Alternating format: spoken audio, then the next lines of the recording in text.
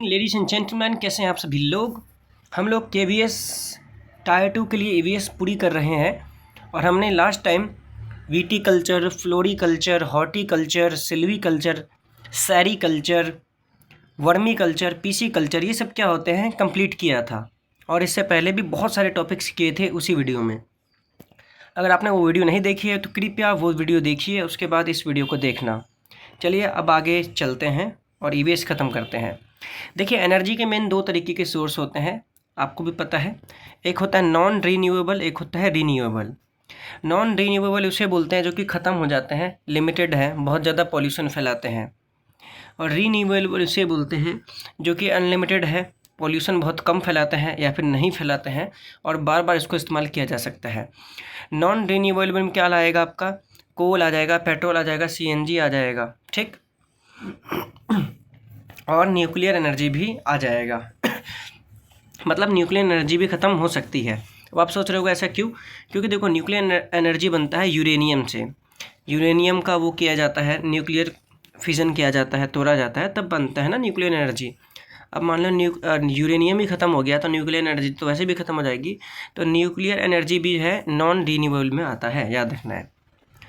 अब रीन्यूएबल जो कि कभी ख़त्म नहीं होते, hydro power, solar power energy, wind power energy, geothermal energy, tidal energy, ये सब इसमें आता है। अब आपको दो तरीके के और एनर्जी पता होंगे, एक कन्वेंशनल होता है और एक नॉन कन्वेंशनल। कन्वेंशनल उसे बोलते हैं जो कि सदियों से इस्तेमाल होते आ रहे हैं। जैसे कि आप जितने भी देख रहे हो ना, कोल, पेट्रोल, CNG, ठीक है, ये सब ना सदियों से इस्तेमाल होते हुए आ रहे हैं। तो कोल हो गया, पेट्रोल हो गया और CNG हो गया, और साथ में हाइड्रो एनर्जी, ये सब कन्वेंशनल है। ये सब क्या है? कन्वेंशनल है, याद रखना। और नॉन कन्वेंशनल मतलब जो कि नए नए एनर्जी के सोर्सेज बने हैं, ठीक है, इसमें ये सारे आ जाते हैं, solar power, wind power, geothermal, tidal energy, biodiesel, ये सब आ जाते हैं। याद रखना, हाइड्रो पावर जो है कन्वेंशनल है। ऐसे याद रखना कि न्यूक्लियर एनर्जी जो है ना वो नॉन कन्वेंशनल है, ठीक है। बेशक न्यूक्लियर एनर्जी नॉन रीन्यूएबल है, लेकिन ये नॉन कन्वेंशनल भी है, ठीक। आगे चलते हैं फॉसिल फ्यूल पे। देखिए, फॉसिल फ्यूल ना ज़मीन के अंदर बनते हैं हाई प्रेशर और हाई टेम्परेचर की वजह से, याद रखना है आपको। कोयला पूछा जाए तो जब वनस्पति मतलब जब पेड़ पौधे ज़मीन में दब जाते हैं हाई प्रेशर और टेम्परेचर से, तब कोयला बनता है। लेकिन पेट्रोल और नेचुरल गैस बनता है जब कोई जीव ज़मीन के अंदर दब जाता है हाई प्रेशर और टेम्परेचर से, फिर जीव बदल जाता है पेट्रोल और नेचुरल गैस में, याद रखना, ठीक। करोड़ों साल लगते हैं इस प्रक्रिया को, याद रखना, 1000 साल भी नहीं, करोड़ों साल, ठीक। आगे चलते हैं। ऑरीमल्सन क्या है? तो आपको याद रखना है कि ऑरीमल्सन ना एक सिंथेटिक फॉसिल फ्यूल है। Orimulsion is a synthetic fossil fuel made by mixing water with bitumen. तो वाटर को, पानी को बिटुमेन के साथ मिला दिया जाए तो ऑरीमल्सन बनता है, जो कि एक सिंथेटिक फॉसिल फ्यूल है। कोयले की बात करते हैं तो अर्थ क्रस्ट में पाया जाता है, इसके कार्बन से बना होता है और ये भी फॉसिल फ्यूल है, सिंपल सी बात है, ठीक। देयर आर 4 टाइप्स ऑफ कोयला। कोयले कितने तरीके के होते हैं? 4 तरीके के, जिसमें जो सबसे बढ़िया कोयला होता है वो होता है एंथ्रासाइट। क्या होता है? एंथ्रासाइट। एंथ्रासाइट जो कोयला होता है वो हार्ड होता है, ठीक है, लस्ट्रस होता है, याद रखना है। मतलब सबसे अच्छा क्वालिटी का कोयला होता है, हार्ड होगा, चमकीला होगा, याद रखना है आपको, एंथ्रासाइट। एंथ्रासाइट के अंदर ना 80 से 90% पाया जाता है भाई कोयला, कोयला यानी कार्बन। तो एंथ्रासाइट के अंदर 80 से 90% कार्बन पाया जाएगा, हाई टेम्परेचर पे बनेगा, सिंपल सी बात है, ठीक है। याद रखना है आपको, हाई टेम्परेचर का मतलब यहाँ पर ये नहीं कि हाई टेम्परेचर पे बनेगा, कोयला तो बनता है हाई टेम्परेचर पे ही। हाई टेम्परेचर का मतलब ये है कि इसको जलाने पे बहुत ज़्यादा हीट निकलती है। इसके अलावा जो है इससे पोल्यूशन कम होता है, याद रखना है। और ये भारत में सिर्फ एक ही जगह पे पाया जाता है जिसका नाम है जम्मू कश्मीर के सियासी में, ठीक है। याद रखना है कि भारत के जम्मू कश्मीर के सियासी में मिलता है ये सिर्फ, और कहीं पे नहीं मिलता एंथ्रासाइट, ठीक। बहुत इंपॉर्टेंट है, जम्मू कश्मीर में मिलता है ये कोयला। आगे चलते हैं हम लोग, बिटुमिनस। तो दूसरा टाइप का कोयला होता है बिटुमिनस, जिसमें 60 से लेकर 80% तक क्या होता है? कार्बन होता है। याद रखना, एंथ्रासाइट में था 80 से 90, इसमें होगा 60 से 80, ठीक। और भारत में सबसे ज़्यादा यही पाया जाता है, बिटुमिनस। क्या पाया जाता है? बिटुमिनस, ठीक, बिटुमिनस, याद रखना है आपको। एंथ्रासाइट तो इतना मस्त क्वालिटी का कोयला है, तो इतना मस्त क्वालिटी का कोयला थोड़ा कम ही पाया जाता है। अगला है लिग्नाइट, जिसमें 40 से 60% होता है कार्बन, और पीट कोयला में 40% से भी कम होता है, जो सबसे बेकार कोयला है। तो सबसे ज़्यादा था हमारा एंथ्रासाइट, जिसमें लगभग 90% आप मान सकते हो, 80-90%। उसके बाद आता है आपका बिटुमिनस, जिसमें आता है 60 से 80, ठीक है। फिर 40 से 60 लिग्नाइट और पीट कोयला 40% से भी कम। और एंथ्रासाइट सिर्फ जम्मू कश्मीर के सियासी में पाया जाता है। जब कोयले को जलाया जाता है तो CO2 गैस बनता है, सबको पता है। हमें पता है कि लगभग जो है 10 प्राइमरी ग्रीन हाउस गैसेस होते हैं। ट्रिक से याद करना है, ओ मीना काजल लगाना। O से O3, मी से मीथेन, मीथेन का फॉर्मूला CH4 होता है। N से N2O याद रखना है आपको। का से CO2, जल से H2O। तो ये ग्रीन हाउसेस गैसेस हैं। ग्रीन हाउस गैस उसे बोलते हैं जो कि हमारे अर्थ का टेम्परेचर बढ़ाते हैं। पेट्रोलियम की बात करें तो पेट्रोलियम को जो है क्रूड ऑयल भी बोला जाता है, ठीक है। वैसे क्योंकि पेट्रोल, आपको पता है कि पेट्रोल क्रूड ऑयल से ही निकलता है, ठीक। क्रूड ऑयल मतलब कच्चा तेल, एकदम गाढ़ा काला तेल होता है ये, ठीक। और ये भी फॉसिल फ्यूल है। क्रूड ऑयल की बात करें तो जब क्रूड ऑयल का रिफाइन किया जाता है तब पेट्रोलियम निकलता है, याद रखना है आपको। और पेट्रोलियम के साथ साथ टोटल 150 प्रोडक्ट निकलते हैं। क्या क्या निकल सकते हैं देखो, जेट फ्यूल निकलता है, वैक्स निकलता है, पेट्रोल निकलता है, मिट्टी का तेल, LPG, डीजल, केरोसिन, मतलब जितने भी आसपास आप तेल देखते हो, गैस देखते हो, CNG देखते हो, LPG देखते हो, लगभग आप देखोगे सारी चीज़ें ना क्रूड ऑयल के प्योरीफिकेशन के बाद ही निकलता है। केरोसिन को जलाने पर सबसे ज़्यादा पॉल्यूशन होता है। केरोसिन जो है ना, उसको जलाने पे सबसे ज़्यादा क्या होता है, पॉल्यूशन होता है। केरोसिन सबसे बेकार, मतलब आप बोल सकते हो फ्यूल है, ठीक। बहुत पॉल्यूशन होता है। नेचुरल गैस की बात करें तो ये भी फॉसिल फ्यूल है। याद रखना है कि नेचुरल गैस में सबसे ज़्यादा मीथेन पाया जाता है, 90%, ठीक है। इसके अलावा इथेन, ब्यूटेन, प्रोपेन भी होता है, लेकिन मेन एग्जाम में पूछा जाए मेन क्या पाया जाता है नेचुरल गैस में, तो मीथेन। लिक्विड पेट्रोलियम गैस जो कि LPG होता है, लिक्विफाइड पेट्रोलियम गैस, आपके घर में जो होता है LPG, यह हाई प्रेशर के अंदर लिक्विड स्टेट में स्टोर किया जाता है। आपको पता ही होगा, बहुत हाई प्रेशर में इसको दबा के रखा जाता है ताकि लिक्विड बन के रहे। और इसमें जो मेन कंपोनेंट होता है वो ब्यूटेन होता है, याद रखना है आपको, ठीक। बाकी इसके अंदर इथेन और प्रोपेन भी पाया जाता है, लेकिन इसमें मेन कंपोनेंट होता है ब्यूटेन। याद रखना है इसका कोई कलर नहीं होता, ना कोई स्मेल होता है, और ये बर्न होता है ब्लू फ्लेम के साथ, ठीक है। LPG का ना कलर होता है ना स्मेल होता है, जो आपको स्मेल आता है वो ब्यूटेन का स्मेल होता है। CNG होता है कॉम्प्रेस्ड नेचुरल गैस, और इसके अंदर भी मेन कंपोनेंट होता है मीथेन, ठीक। और व्हीकल में इस्तेमाल होता है, आपको पता होगा, और ये कम पॉल्यूशन फैलाता है, ये भी आपको पता है। आगे चलते हैं। हाइड्रो इलेक्ट्रिसिटी की बात करें तो हाइड्रो इलेक्ट्रिसिटी कैसे बनता है, जब डैम में क्या होता है कि जब ऊपर से पानी गिराया जाता है ना, जब डैम में, तो एक टरबाइन घूमता है, और टरबाइन घूमने से फिर इलेक्ट्रिसिटी बनती है, तो इसी को बोलता है हाइड्रो इलेक्ट्रिसिटी। हाइड्रो इलेक्ट्रिसिटी एक कन्वेंशनल सोर्स है और रीन्यूएबल सोर्स है, मैंने आपको पहले भी बताया था, याद रखना है आपको, ठीक है। नो पॉल्यूशन, लेस एक्सपेंसिव, आसान आसान सी चीज़ें हैं। आगे चलते हैं। सोलर एनर्जी की बात करें तो ये सिलिकॉन से बनता है, आपको याद रखना है। सोलर पैनल किससे बनता है, सिलिकॉन से। बायोडीजल की बात करें तो बायोडीजल जो है एक रीन्यूएबल सोर्स है, ठीक है, और नॉन कन्वेंशनल है, नया नया आया है, ये तो आपको मैंने पहले ही बता दिया था, बायोडीजल नया सोर्स है। याद रखना बायोडीजल जो है प्लांट ऑयल और एनिमल के फैट से मिलकर बनता है, ठीक। प्लांट से भी ऑयल निकलता है, एनिमल के से अंदर के फैट निकलता है, उससे ही बनता है बायोडीजल। तो बायोडीजल बोलता है भाई, बायो का मतलब क्या है, जीवित चीज़। बायो का मतलब जीवित चीज़, तो भाई बायोडीजल जीवित चीज़ से बनता है, प्लांट से ऑयल निकल रहा हो, एनिमल से फैट निकल रहा हो, सबसे मिला के बनाया जाता है बायोडीजल। B20 जो है एक बायोडीजल है, आपको याद रखना है, B20, ठीक है। बायोडीजल बनाने के लिए जेट्रोफा यानी कि रत्न ज्योत के बीज का इस्तेमाल किया जाता है। आगे चलते हैं। न्यूक्लियर फिजन यूरेनियम और थोरियम से होता है, याद रखना है। और क्योंकि न्यूक्लियर फिजन जो है वो एक नॉन रिन्यूएबल है, इसी वजह से, क्योंकि यूरेनियम और थोरियम ख़त्म हो सकते हैं, सिंपल सी बात है। आपको ध्यान रखना चेरनोबिल घटना जो कि साल 1986 में हुआ था यूक्रेन में, ठीक है, जहाँ पर आपको पता होगा कि एक न्यूक्लियर का जो वो था, न्यूक्लियर फिजन जहाँ पर होता था एनर्जी बनाने के लिए, वो ब्लास्ट हो गया था और वहाँ से रेडिएशन लीक होने लग गया था, ठीक है। एक सवाल है, अलग चुनना है आपको, पेट्रोल में, मोम में, ग्रीस में और कोयला में।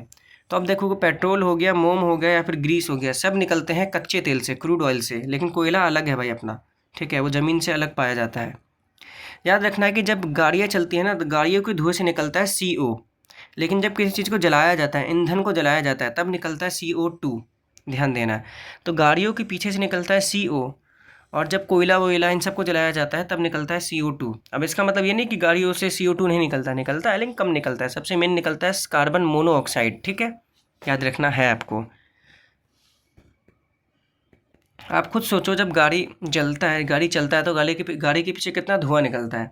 और जहाँ पर भी धुआं होना, समझ जाना कि वहाँ पे CO होता है, क्योंकि कार्बन ऑक्साइड जो होता है, कार्बन मोनोऑक्साइड जो होता है, वो एकदम घोटू गैस है।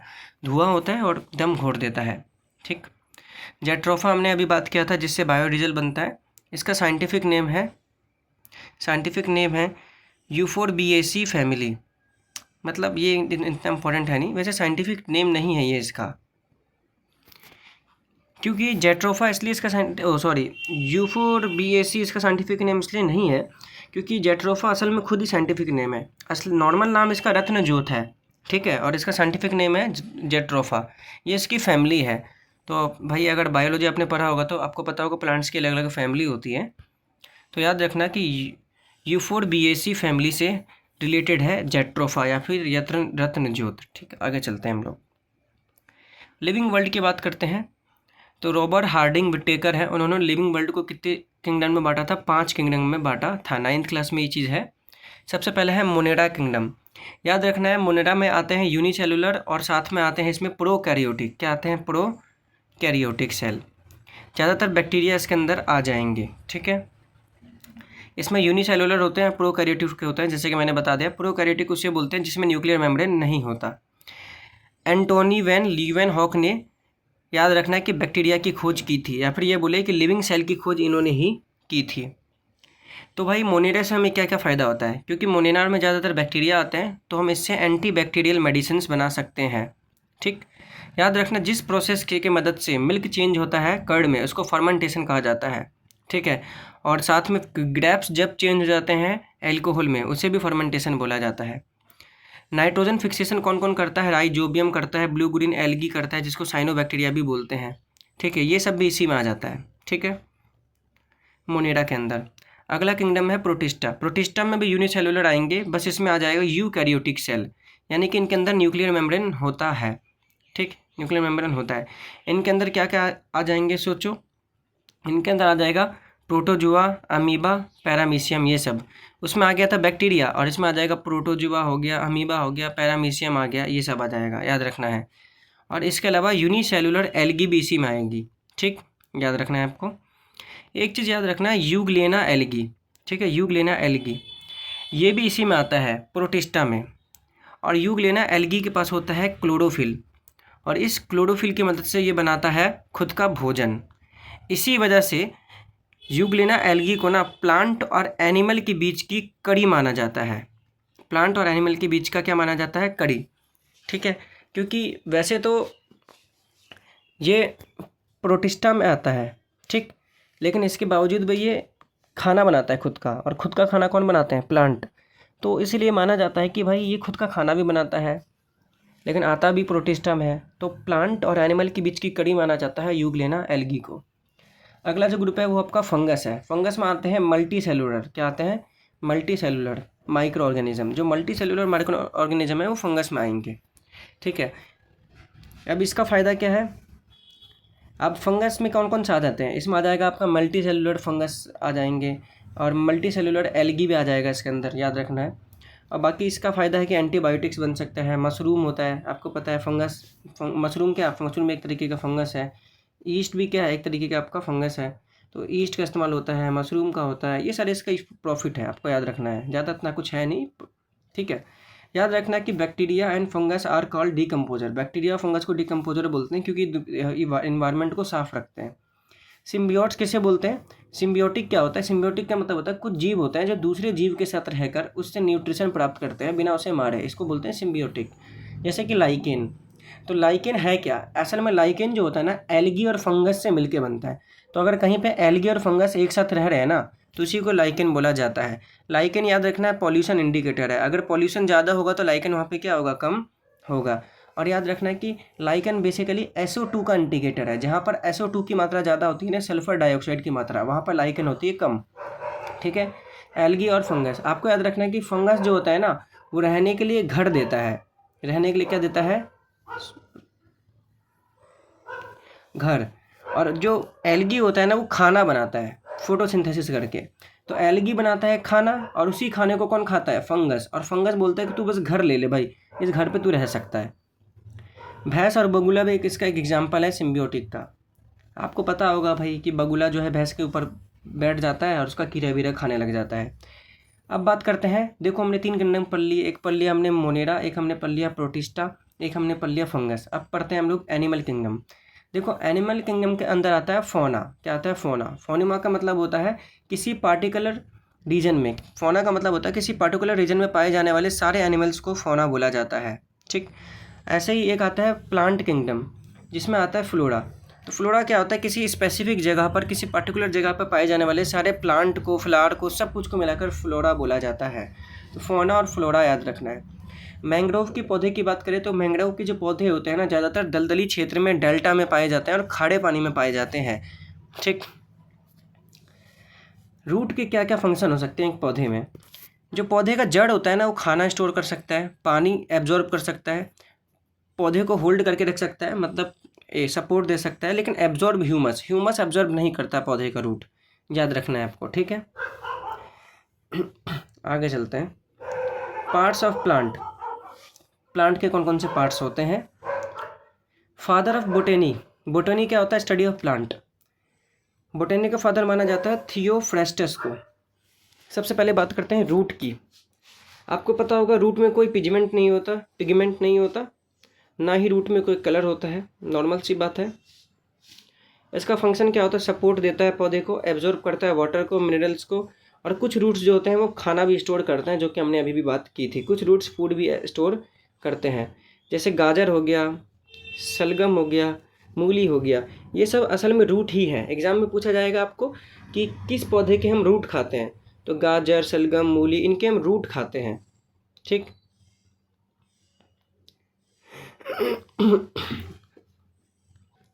आगे चलते हैं। देखो रूट भी 2 तरीके के हो सकते हैं, एक होता है टैप रूट और एक होता है फाइब्रस रूट, जिसको एडवेंचियस रूट भी बोलते हैं। टैप रूट किसे बोलते हैं? टैप रूट उसे बोलते हैं जिसमें एक प्राइमरी रूट होता है और उसमें से निकले हुए सिर्फ थोड़े बहुत सेकेंडरी रूट होते हैं। इसका मतलब कैसा है कि ऐसा दिखेंगे, ये एक रूट होगा ज़मीन की तरफ और इससे एक रूट निकला होगा और ये दूसरा रूट निकला होगा, बस ऐसे ही। ठीक है, इसमें ज़्यादातर क्या आ जाते हैं, जैसे गाजर आ जाएगा, गाजर, मूली, सलगम, इसमें आ जाएंगे टैप रूट में। और एक होता है फाइब्रस रूट। फाइब्रस रूट में क्या होता है कि एक जड़ ऐसे निकला होता है और इससे बहुत सारे जड़ ऐसे निकले होते हैं ज़मीन के अंदर भड़ भड़ के, तो ये बोलते हैं फाइब्रस रूट को। किसको बोलते हैं? फाइब्रस रूट को बोलते हैं। तो एक प्राइमरी रूट होता है जिसके साथ ब्रांचेस निकले होते हैं मैनी सेकेंडरी रूट्स के। ठीक है, इसके अंदर आ जाएगा आपका चावल का जो रूट होता है, गेहूं का जो रूट होता है, गन्ने का, केला का, तुलसी का, प्याज का, बैम्बू का आदि का, और स्वीट पोटैटो का, इन सब के रूट जो होता है वो इसमें आते हैं। याद रखना है फाइब्रस रूट में। तो याद रखना है बस आपको, गाजर, मूली और सलगम ये आते हैं टैप रूट में, इसके अलावा सब आ जाते हैं फाइब्रस रूट में। स्टेम की बात करते हैं। ठीक है, तो याद रखना कि स्टेम से ब्रांचेस निकलता है। तो एक पौधा है ना, जैसे अगर मैंने ड्राइंग बना रखा हो, हाँ, तो ये जो बीच वाला हिस्सा होता है ना पूरा, इसको बोला जाता है स्टेम, मोटा सा हिस्सा।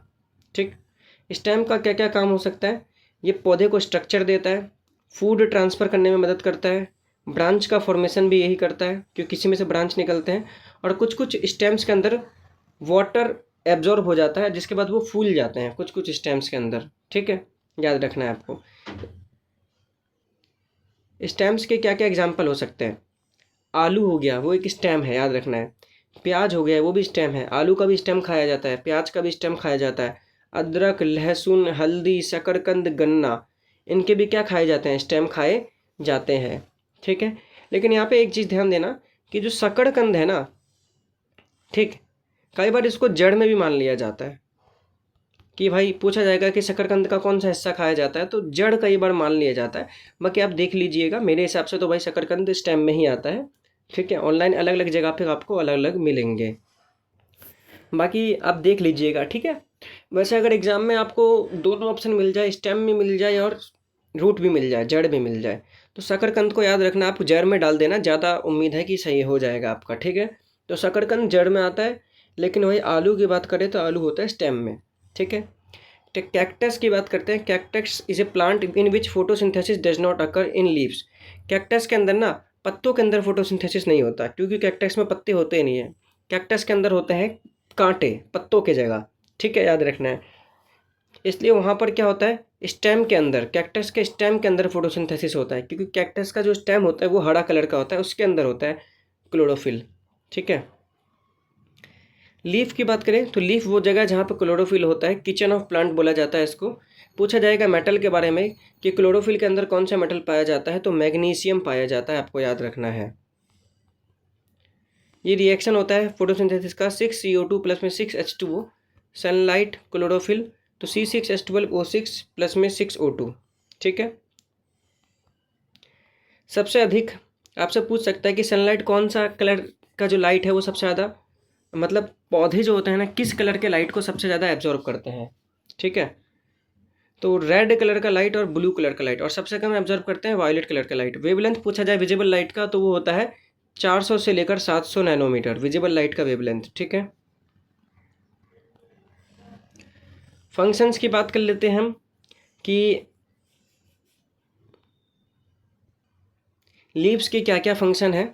तो भाई लीव्स के अंदर फोटोसिंथेसिस होता है, ये तो हमें पता ही है। ट्रांसपीरेशन भी होता है। ट्रांसपीरेशन का मतलब होता है जब पौधे अपने अंदर का जो एक्स्ट्रा पानी होता है ना उसको बाहर छोड़ देते हैं, तो उसको बोलते हैं ट्रांसपीरेशन। रेस्पिरेशन भी होता है, भोजन भी बनाना, तो भोजन बनाना वही हो गया फोटोसिंथेसिस, खत्म। आगे चलते हैं। एक साइलेंट वैली है। ठीक है। अभी साइलेंट वैली कहाँ पर है, केरल में है, नीलगिरी की पहाड़ी पर। और यहाँ पर जो है बहुत ज़्यादा जैव विविधता पाया जाता है, आपको याद रखना है। ठीक है। और सदाबहार वन भी पाए जाते हैं यहाँ पे। तो पूछेगा कि साइलेंट वैली किस लिए फेमस है, तो जैव विविधता के लिए। ठीक है। फूलों की घाटी कहाँ पर है, उत्तराखंड में है। ठीक है। कुल्लू की घाटी कहाँ पर है अगर पूछा जाए, तो कुल्लू मनाली कहाँ पर है, हिमाचल प्रदेश में है, याद रखना है हमको। और यहाँ पे पाया जाता है चीड़ के जंगल, सेब के बाग, मंदिर, देवदार। आपको पता है कि भाई कुल्लू मनाली में ठंड बहुत ज़्यादा होता है, और जहाँ पर ठंड होता है वहाँ पर चीड़ के जंगल पाए जाएंगे, देवदार के जंगल पाए जाएंगे, सिंपल सी बात है। आगे कुछ चीज़ें हैं। ड्यूरिंग फोटोसिंथेसिस, फोटोसिंथेसिस के दौरान क्या होता है एक्चुअली में कि वाटर जो होता है ना वो ऑक्सीडाइज्ड हो जाता है। वाटर क्या हो जाता है, ऑक्सीडाइज्ड। ठीक। कैसे होता है वाटर ऑक्सीडाइज्ड, आप देखोगे पानी का फॉर्मूला होता है H2O, और फोटोसिंथेसिस के दौरान ये H2O किस में बदल जाता है, O2 में बदल जाता है, मतलब H निकल जाता है इसका और ऑक्सीजन बनता है, तभी तो हम बोलते हैं कि पौधे ऑक्सीजन देते हैं। तो फोटोसिंथेसिस के दौरान H2O का ऑक्सीडेशन हो जाता है। ठीक है, मतलब H निकल जाता है इसमें से। ठीक, याद रखना है आपको। और जो बाकी चीज़ होते हैं H2O के अलावा जितनी भी चीज़ हो गई आपके, ठीक है, CO2 हो गया और NADP हो गया, इनका रिडक्शन होता है। इनका क्या होता है, रिडक्शन। ठीक। NADP का फुल फॉर्म होता है निक्टोएमाइड एडिनाइन डाइन्यूक्लियोटाइड फॉस्फेट। ठीक है, तो NADP का फुल फॉर्म ये है आपका, तो निक्टोएमाइड एडिनाइन डाइन्यूक्लियोटाइड फॉस्फेट, ये दोनों रेड्यूस्ड हो जाते हैं। लौंग और केसर की बात करें तो लौंग और केसर, ठीक है, ये दोनों हमें फूल से प्राप्त होते हैं। किससे प्राप्त होते हैं, फूल से। तो अगर आपको एग्ज़ाम में पूछा जाए कि लौंग और केसर का कौन सा हिस्सा खाया जाता है, तो फूल, फूल डाल देना है आपको एग्ज़ाम में। ठीक है। आगे बात करते हैं कि light energy which is absorb by plant. Plant light का कितना एनर्जी एब्जॉर्ब करता है, सिर्फ 1%। ठीक। आप कुछ स्पेशल प्लांट्स के बारे में जल्दी जल्दी पढ़ लेते हैं। पीपल का पेड़, तो पीपल का जो पेड़ होता है वो 24 के 24 घंटे प्रकाश संश्लेषण करता है और इसको बोधि वृक्ष कहा जाता है। बरगद के पेड़ की बात करें तो बरगद का पेड़ बहुत ज़्यादा बड़ा होता है, इसके बहुत सारे ब्रांचेज होते हैं। और याद रखना है कि इसके जो रूट्स होते हैं ना, बरगद के पेड़ की जो जड़ें होती हैं वो इसके ब्रांचेज से निकली होती है, लटकी रहती हैं ऊपर से। आपने देखा होगा कि इसके जो जड़ होते हैं ये इसके शाखाओं से निकल के लटकी रहती है। इसको स्तंभ रूट बोला जाता है, प्रॉप या फिर कॉलम रूट्स बोला जाता है। और प्रॉप या कॉलम रूट्स इसको क्या देता है, ज़मीन तक चले जाता है। इसका जो प्रॉप रूट होता है ज़मीन के नीचे तक जाता है। ठीक है। प्रॉप रूट इसको क्या देता है, सपोर्ट देता है, जो कि मैं भी बोलने वाला था। ठीक। केले की बात करें तो केले का पेड़ ना असल में पेड़ नहीं होता, वो हर्ब होता है, याद रखना है हमें। ठीक है, याद रखना है। केले के जो ब्रांचेस होते हैं, बनानाज होते हैं, केले के पेड़ में जो बनाना होते हैं और केले का जो फ्लावर होता है, दोनों का इस्तेमाल किया जाता है खाने के लिए भी और वेजिटेबल बनाने के लिए भी। तो केले का इस्तेमाल सिर्फ सीधे खाने के लिए नहीं, वेजिटेबल बनाने के लिए भी होता है। और केले का जो फ्लावर होता है, फूल होता है, उसका भी इस्तेमाल होता है खाने के लिए भी और वेजिटेबल बनाने के लिए भी। नेपेंथिस की बात करें तो नेपेंथिस जो होता है एक घटपर्णी होता है। ये एक कीड़े मकोड़े खाने वाला पौधा होता है। ये मेघालय, ऑस्ट्रेलिया, इंडोनेशिया में पाया जाता है, याद रखना है। इंसेक्टिवोरस प्लांट है। ठीक है, ये प्लांट कीड़े मकोड़े इसलिए खाता है ताकि अपने नाइट्रोजन की कमी को पूरा कर पाए। और ये साथ साथ में मेंढक, चूहा, कीड़ा मकोड़ा सब खा लेता है, बड़े बड़े जीवों को भी खा लेता है, मेंढक वेंढक चूहे को भी खा लेता है। अगला है रेगिस्तानी ओक। रेगिस्तानी ओक, तो आपको याद रखना है कि जो डेजर्ट ओक होता है ये ऑस्ट्रेलिया में पाया जाता है। कई लोग सोचेंगे रेगिस्तानी है तो राजस्थान में पाया जाता है, नहीं, डेजर्ट ओक सिर्फ ऑस्ट्रेलिया में पाया जाता है। और इसके बारे में बहुत ज़्यादा खास बात यह है कि ये बेशक छोटे हाइट का होता है, लेकिन इसकी जो जड़ें होती हैं ना वो बहुत ज़्यादा अंदर तक जाती हैं ज़मीन के। कितने अंदर तक जाती है? 30 गुना गहराई तक।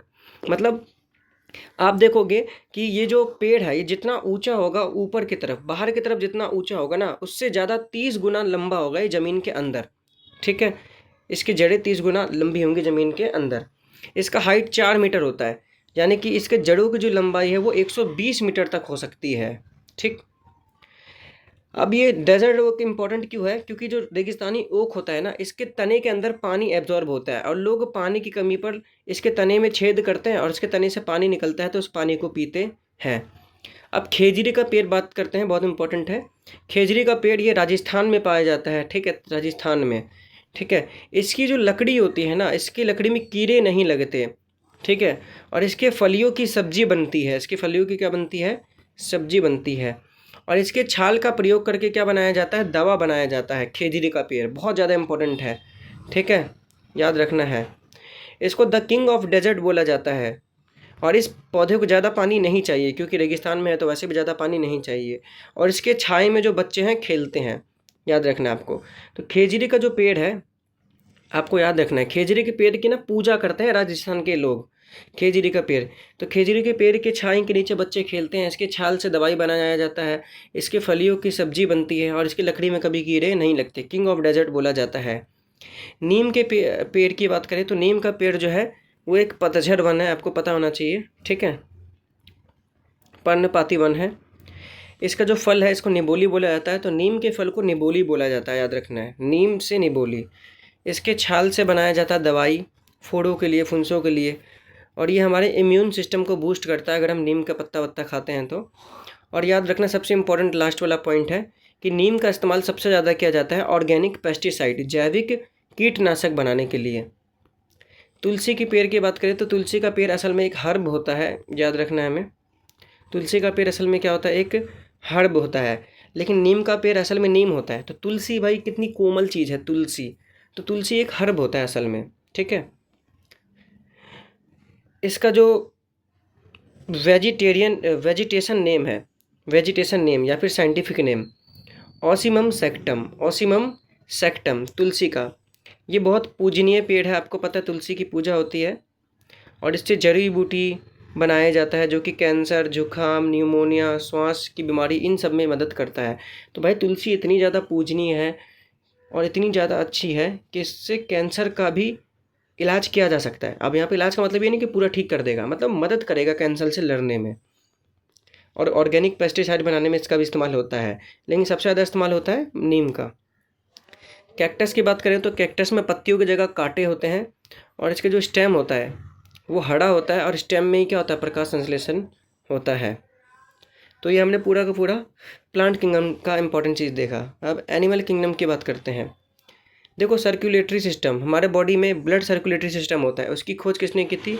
विलियम हार्वे ने, विलियम हार्वे ने। ठीक, बंदा हार गया था दुनियादारी से तो सोचा था चलो अपने बॉडी में ही कुछ खोज लेते हैं। तो विलियम हार्वे ने जो है क्या कर दिया? सर्कुलेटरी सिस्टम का खोज कर दिया। स्टडी ऑफ ब्लड्स को हेमाटोलॉजी बोला जाता है। और इस ब्लड का जो पीएच होता है वो 7.4 होता है। पीएच जो है फाउंड किसने किया था? पीएच इंडिकेटर की खोज किसने की थी? तो सोरेनसन ने की थी। किसने की थी? सोरेनसन, ठीक है। तो सोरेनसन जो है उसने पीएच की खोज की थी। ब्लड बात करें तो हमारे बॉडी में 5 से लेकर 6 लीटर क्या होता है? खून होता है। और हमारे ब्लड में जो 55% हिस्सा जो होता है, 55% जो पार्ट होता है वो होता है लिक्विड, लेकिन 45% जो पार्ट होता है वो होता है सॉलिड, याद रखना है, ठीक है। सॉलिड में आपका वही आ जाता है, आरबीसी आ जाता है, डब्ल्यूबीसी आ जाता है, प्लेटलेट आ जाता है, ये सब चीज़ें आ जाती हैं। और लिक्विड में आपका क्या आ जाता है? प्लाज्मा। क्या आ जाता है? प्लाज्मा। प्लाज्मा का जो कलर होता है वो येलो कलर होता है, याद रखना है, ठीक। प्लाज्मा की बात करें तो प्लाज्मा खुद ना 90% पानी होता है, ठीक है। प्लाज्मा खुद क्या होता है, 90% पानी, और लगभग 8 से 9% होता है प्रोटीन और 1% होता है अदर। आप नॉर्मल तरीके से याद कर सकते हो कि प्लाज्मा में 90% पानी होता है और 10% बाकी चीज़ें होती हैं, और उस 10% में भी मोस्टली जो चीज़ होता है प्रोटीन होता है, याद रखना है आपको। ठीक, बस ये याद रखना है। ब्लड प्रोटीन के बारे में थोड़ी बहुत जानकारी ले लेते हैं, इंपॉर्टेंट है बहुत ज़्यादा। एक प्रोटीन होता है जिसको बोलते हैं एल्ब्यूमिन, एक होता है ग्लोब्युलिन और एक होता है फाइब्रोनोजिन। तीनों ही बहुत ज़्यादा इंपॉर्टेंट है। ठीक है। एक होता है एल्ब्यूमिन। एल्ब्यूमिन क्या करता है, ये हमारे जो ब्लड होता है ना, हमारे ब्लड जो होता है ना, हमारे बॉडी के अंदर लीक ना होने लग जाए। ठीक है, हमारे ब्लड अंदर लीक ना होने लग जाए। हमारा ब्लड जो है घूम रहा है बहुत तेज़ी से हमारे नसों में, तो हमारे नसों से निकल कर हमारे बॉडी में ही लीक ना होने लग जाए। इससे कौन रोकता है, एल्ब्यूमिन। कौन रोकता है, एल्ब्यूमिन। अब सोचो ना कि अगर हमारा बॉडी के अंदर हमारा ब्लड लीक हो गया तो हमें एल लग जाएंगे, हमारे क्या लग जाएंगे, एल। तो एल्ब्यूमिन हमारे एल नहीं लगने देता, बोलता है रुको मैं हूँ। तो एल्ब्यूमिन क्या करता है, ब्लड लीकेज को रोकता है बॉडी के अंदर। एक होता है ग्लोब्युलिन। तो ग्लोब्युलिन क्या बनाता है, एंटीबॉडी बनाता है। क्या बनाता है, एंटीबॉडी। और एक होता है फाइब्रोनोजिन। तो फाइब्रोनोजिन क्या करता है, ब्लड क्लॉटिंग में मदद करता है, याद रखना है, ब्लड क्लॉटिंग में। एक इंपॉर्टेंट प्रोटीन होता है हेपारिन प्रोटीन, बहुत इंपॉर्टेंट है। हेपारिन प्रोटीन क्या करता है, मदद करता है कि ब्लड जो है ना हमारे बॉडी के अंदर ना क्लॉट होने लग जाए। मतलब ऐसा ना हो कि जो हमारा ब्लड चल रहा है वो हमारे बॉडी के अंदर ही उसके थक्के बनने लग जाएँ। ठीक। ब्लड सेल जो कि मैंने बात किया था 45% होता है, इसमें होता है आरबीसी, डब्ल्यूबीसी और प्लेटलेट। आरबीसी, डब्ल्यूबीसी और प्लेटलेट। तो आपको कुछ चीज़ याद रखना है कि जो आरबीसी होता है ना उसका लाइफ साइकिल 4 महीने तक होता है। ठीक, आरबीसी का। आप ऐसे याद करो कि डब्ल्यूबीसी 1 से 3 दिन, सॉरी उल्टा बोल दिया, प्लेटलेट 1 से 3 दिन, डब्ल्यूबीसी 3 से 4 दिन और आरबीसी 4 महीने। ठीक है। तो डब्ल्यूबीसी 4 दिन चलता है लेकिन आरबीसी 4 महीना चलता है, याद रखना है। और प्लेटलेट चलता है 1 से लेकर 3 दिन तक। ठीक है। तो वाइट ब्लड सेल 4 दिन चलेगा और रेड ब्लड सेल चलेगा 4 महीना, और प्लेटलेट चलेगा 1 से लेकर 3 दिन। तो प्लेटलेट सबसे कम, फिर उसके बाद डब्ल्यूबीसी, फिर उसके बाद आरबीसी। ठीक है। आपको याद रखना, डब्ल्यूबीसी को ल्यूकोसाइट बोलते हैं और आरबीसी को बोलते हैं एंथ्रोसाइट। क्या बोलते हैं, एंथ्रोसाइट। ब्लड सेल जो होता है हमारे बोन मैरो के अंदर बनता है, जितने भी ब्लड सेल होते हैं, इसलिए बोन मैरो इतना ज़्यादा इंपॉर्टेंट है। इसलिए रोहित मेहरा का बोन मैरो ले लिया गया था। ठीक है, आगे चलते हैं। ब्लड प्रेशर की बात करें तो 120 से 80, 120/80 mm/Hg हमारा नॉर्मल ब्लड प्रेशर होता है। स्प्लीन की बात करें तो ग्रेवयार्ड बोला जाता है आरबीसी को, क्योंकि आरबीसी यहाँ जाके ख़त्म हो जाता है। हार्ट ऑफ मेल, एक लड़के का जो दिल होता है वो 300 ग्राम का होता है, लड़की का 250 ग्राम का होता है। शेप होता है मुट्ठी जैसा, 72 बार धड़कता है हमारा दिल और लब डब की आवाज़ आती है। ठीक। कुछ किन किन जानवरों के जो खून होते हैं वो सफ़ेद होते हैं, तो याद रखना केकड़ा और कॉकरोच, दो डबल का केकड़ा और कॉकरोच, इनका जो खून होता है सफ़ेद होता है। पूछा जाए RH फैक्टर की खोज किसने की थी, तो लैंड स्टीनर ने। किसने, लैंड स्टीनर ने। तो कार्ल लैंड स्टीनर ने RH फैक्टर की खोज की थी। एक दिन में दिल कितनी बार धड़कता है, लगभग 1 लाख बार। ठीक है। कुछ चीज़ें याद रखना है, जैसे O नेगेटिव है, क्या है, O नेगेटिव, ये यूनिवर्सल डोनर है, ये किसी को भी दे सकता है। और AB पॉजिटिव है, ये यूनिवर्सल एक्सेप्टर है, ये किसी से भी ब्लड ले सकता है। तो O नेगेटिव किसी को भी दे सकता है और AB पॉजिटिव किसी से भी ले सकता है। RH फैक्टर टोटल 8 थे, 8 ब्लड ग्रुप होते हैं टोटल, याद रखना है आपको। ठीक है। और RH फैक्टर की खोज किसने की थी, लैंड स्टीनर ने, याद रखना है आपको। ओके। अब हमारा अगला टॉपिक है प्रमुख पर्व, मेले व त्यौहार। अब यहाँ पे ध्यान देना है, जो प्रमुख पर्व, मेले, त्यौहार बताऊंगा ना आपको, सिर्फ वही पढ़ना है। सबसे पहले महाकुंभ का मेला। महाकुंभ का मेला टोटल 4 जगहों पे लगता है, हर 12 साल में लगता है, याद रखना है आपको। 12 साल में एक बार लगता है महाकुंभ। कहाँ कहाँ लगता है आपको याद रखना है, प्रयागराज में लगता है, हरिद्वार में लगता है, उज्जैन में लगता है और नासिक में। प्रयागराज, हरिद्वार, उज्जैन और नासिक, उज्जैन और नासिक, याद रखना है। प्रयागराज तो पता है आपको यूपी में है और यहीं पे गंगा यमुना का संगम होता है। हरिद्वार आपको पता है उत्तराखंड में है। ठीक है, गंगा नदी के तट पे बसा हुआ है हरिद्वार। उज्जैन की बात करें तो मध्य प्रदेश में है उज्जैन, क्षिप्रा नदी के किनारे है, चंबल की सहायक है क्षिप्रा नदी। और नासिक की बात करें तो महाराष्ट्र में है, जो कि गोदावरी नदी के किनारे है। ठीक।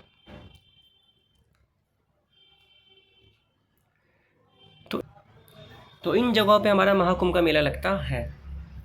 कहाँ कहाँ पे लगता है, प्रयागराज, हरिद्वार, उज्जैन, नासिक। प्रयागराज है यूपी में, हरिद्वार है उत्तराखंड में, उज्जैन है मध्य प्रदेश में, नासिक है महाराष्ट्र में। नासिक गोदावरी नदी के किनारे, उज्जैन मध्य प्रदेश में है, और उज्जैन क्षिप्रा नदी के किनारे, हरिद्वार गंगा नदी, और प्रयागराज गंगा यमुना के संगम। अर्ध कुंभ का मेला बात करते हैं तो 6 साल में लगता है, और कुंभ का मेला लगता है 12 साल में। एशिया का सबसे बड़ा अगर पशु मेला पूछा जाए तो बिहार में लगता है, सोनपुर में। बिहार के कहाँ पे? सोनपुर में। नौचंदी याद रखना है आपको, यूपी में लगता है। इंपॉर्टेंट है, यूपी याद करो। नौचंदी, तो नौचंदी मतलब नौटंकी। नौटंकी कौन करता है? ज़्यादातर यूपी के लोग। पुष्कर मेला इंपॉर्टेंट है, राजस्थान में लगता है। पता है पुष्कर का मेला बहुत इंपॉर्टेंट है। लोग बोलते हैं कि पुष्कर में खो जाते हैं भाई भाई, तो राजस्थान के अजमेर में पुष्कर का मेला लगता है। ठीक है। राजस्थान में एक झील है जिसको बोलते हैं सांभर झील, और सांभर झील जो है, सांभर झील जो है भारत की सबसे लवणता वाली झील है। लवणता मतलब क्या है कि इसमें सबसे ज़्यादा नमक पाया जाता है। सबसे बड़ी नहीं है, सबसे ज़्यादा लवण इसमें पाया जाता है सांभर झील में। ठीक। एक वॉन झील है, याद रखना, वॉन, वो विश्व की सबसे ज़्यादा लवणता वाली झील है। तो वॉन का मतलब ये होता है जीत गया। तो वॉन झील भाई बोल रहा है कि मैं वॉन हो गया, मैं जीत गया, मेरे में सबसे ज़्यादा नमक है। ठीक। तो वॉन झील विश्व की सबसे ज़्यादा तुर्की में पाई जाती है। अभी सब कुछ इतना इंपॉर्टेंट नहीं है। ठीक। यहाँ पे एक चीज़ आपको याद रखना, लठमार होली इंपॉर्टेंट है, बरसाना मथुरा में, यूपी में, मतलब ये भी। ठीक। ये कुछ इतना इंपॉर्टेंट नहीं है। एक बाली यात्रा याद रख लेना। बाली यात्रा उड़ीसा में होता है, महानदी पर, महानदी के किनारे है उड़ीसा में। उड़ीसा से पता है आपको महानदी गुजरता है, तो बाली यात्रा उड़ीसा में होता है। आप कैसे याद कर सकते हो कि जो बाली, बाली मतलब बालक, जो बच्चे होते हैं ना, वो बहुत ज़्यादा उड़ते हैं हवा में। ठीक है, याद रखना है। वैसाखी आपको ज़रूर याद रखना है कि वैसाखी पंजाब में मनाया जाता है रबी की फसल के कटने पर। तो जब रबी का फसल कट रहा होता है, मतलब गर्मी जब आ रही होती है ना, तब वैसाखी मनाया जाता है। ठीक। अब ये सब कुछ इतना इम्पोर्टेंट नहीं है। आगे चलते हैं। प्रमुख पर्व फिर से ये ज़्यादा इम्पोर्टेंट होंगे।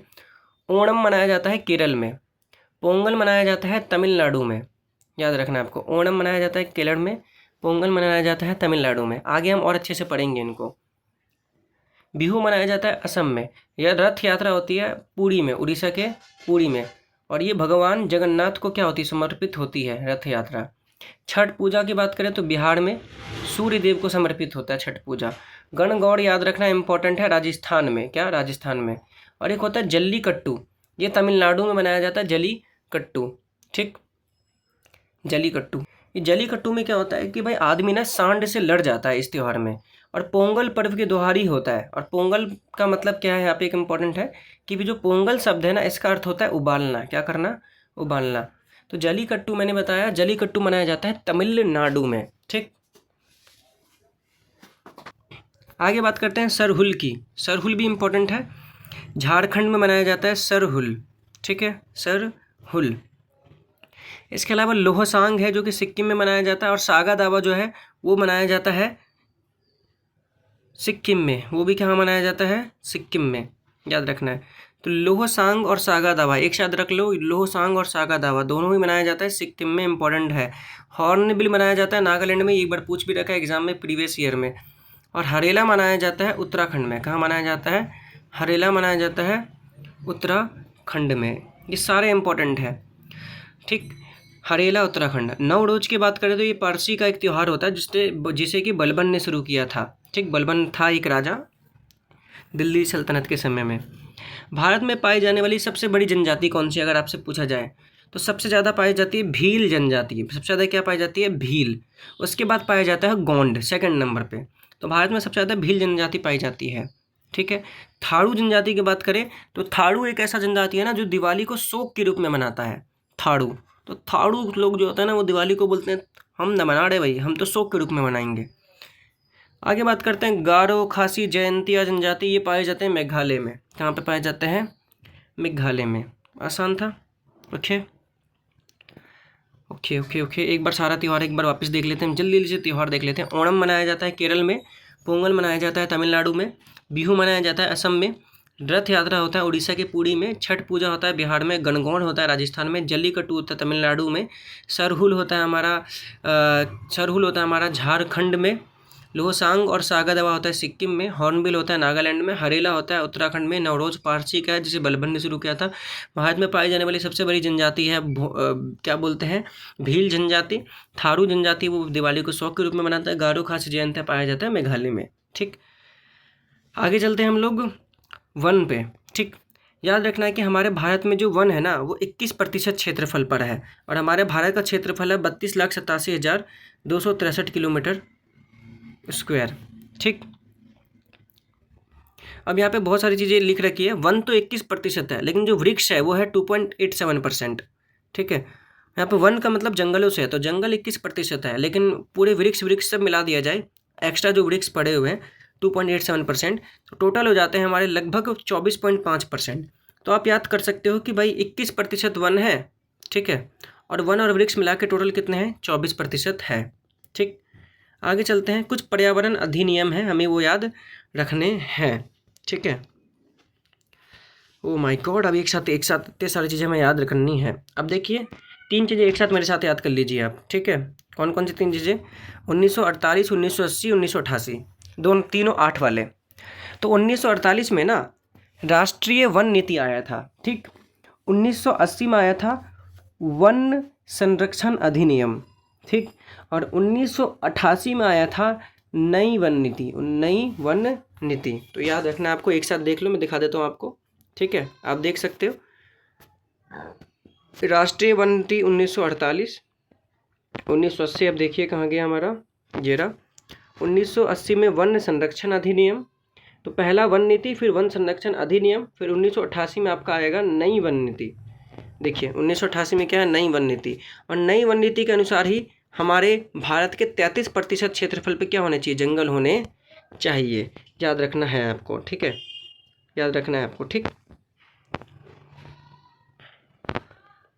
अब ये भी एक साथ याद कर लीजिए 3 डेट, 1974, 1981 और 1986। देखिए 1974 में आया था जल संरक्षण अधिनियम। ठीक, 1981 आया था वायु संरक्षण अधिनियम।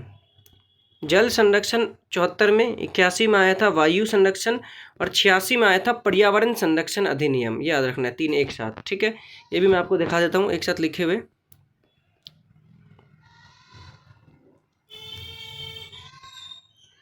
देखिए ये रहा। ठीक है, 1974 में जल प्रदूषण अधिनियम आया था, क्योंकि जल को बचाना है हमें। 1981 में वायु प्रदूषण अधिनियम आया था, क्योंकि वायु को बचाना है। और एक मैंने बताया आपको 1986 में आया पर्यावरण संरक्षण अधिनियम। ठीक है, तो ऐसे याद करना है तो याद हो जाएगा। याद कीजिए 1948, 1980, 1988। 48 में राष्ट्रीय वन नीति, 80 में वन संरक्षण अधिनियम, और 88 में नई वन नीति। ऐसे एक साथ याद कर लीजिए आप। 1974, 1974, एक मिनट, 1974, 1981, 1986। 74 में जल संरक्षण अधिनियम है, मतलब 74 में जल प्रदूषण अधिनियम है कि जल प्रदूषण से बचना है।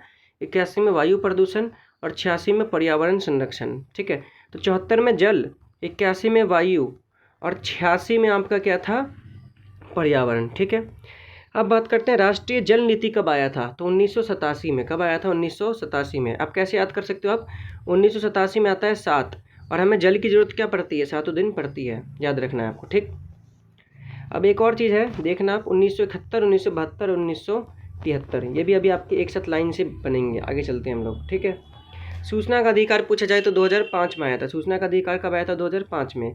और वन अधिकार अधिनियम पूछा जाए तो 2006 में आया था।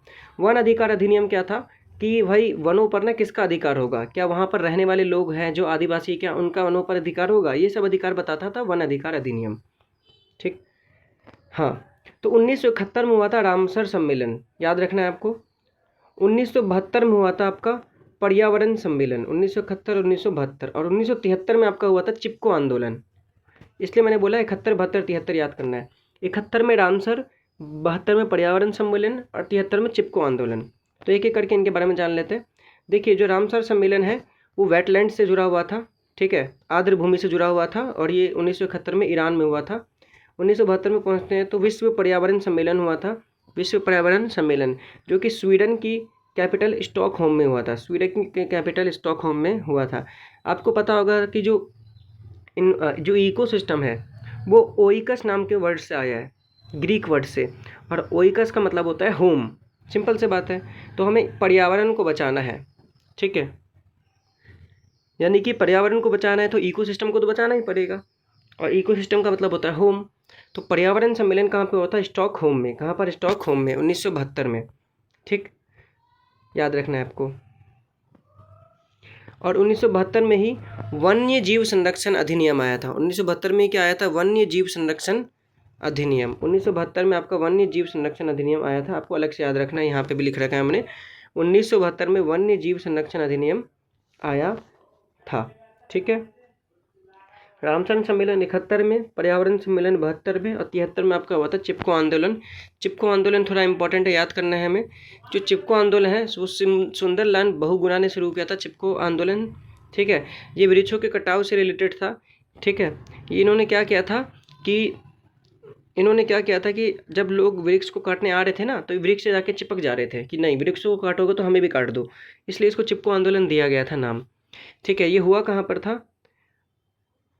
चमोली जिला में, ठीक है, चमोली जिला में, उत्तराखंड में, ठीक।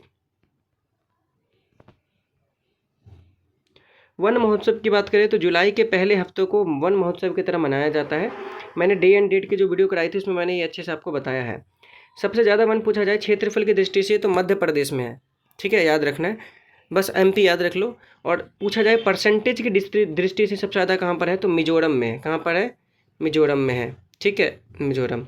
मतलब क्षेत्रफल की दृष्टि से तो एमपी में है, क्षेत्रफल की दृष्टि से कहाँ पर है सबसे ज़्यादा? एमपी में, लेकिन परसेंटेज की दृष्टि से एमजेड में, ठीक है, एमपी और एमजेड। तो मध्य प्रदेश में सबसे ज़्यादा, फिर मिजोरम। और सबसे कम वन पूछा जाए तो हरियाणा में। चाहे आप क्षेत्रफल से देख लो, चाहे आप परसेंटेज देख लो, दोनों में ही हरियाणा सबसे कम है, और हरियाणा के 3% क्षेत्रफल पे है लगभग वन, ठीक है, ठीक। अब लास्ट टॉपिक करते हैं इस वीडियो का, भारत में वनों के प्रकार, ठीक है। वनों के प्रकार एक बार हम पूरे कर ले तो ये वीडियो हम ख़त्म कर देंगे, ठीक। तो देखो, भारत में लगभग जो है 3 प्रकार के वन पाए जाते हैं। एक होता है आपका उष्ण कटिबंधीय सदाबहार वन, ठीक। एक होता है उष्ण कटिबंधीय पर्णपाती वन, और एक होता है उष्ण कटिबंधीय कांटेदार वन, ठीक है। तीनों के बारे में बात करेंगे एक एक करके। पहले बात करते हैं सदाबहार वन की। ये जो है सदाबहार, इनका नाम इसलिए है क्योंकि ये हमेशा क्या रहते हैं? खिले रहते हैं। 200 सेंटीमीटर से ज़्यादा बारिश चाहिए, 30 डिग्री से ज़्यादा टेम्परेचर चाहिए, ठीक है। सबसे ज़्यादा कहाँ पाए जाते हैं? ये पश्चिमी घाट में पाए जाते हैं। और आपको याद रखना है कि पश्चिमी घाट में सबसे ज़्यादा जैव विविधता होता है। इसके अलावा पूर्वी घाट में पाए जाते हैं, जो कि तमिलनाडु में है। शिलांग का पठार, अंडमान निकोबार द्वीप समूह, लक्षद्वीप, इन सभी पे क्या पाए जाते हैं? आपके पाए जाते हैं।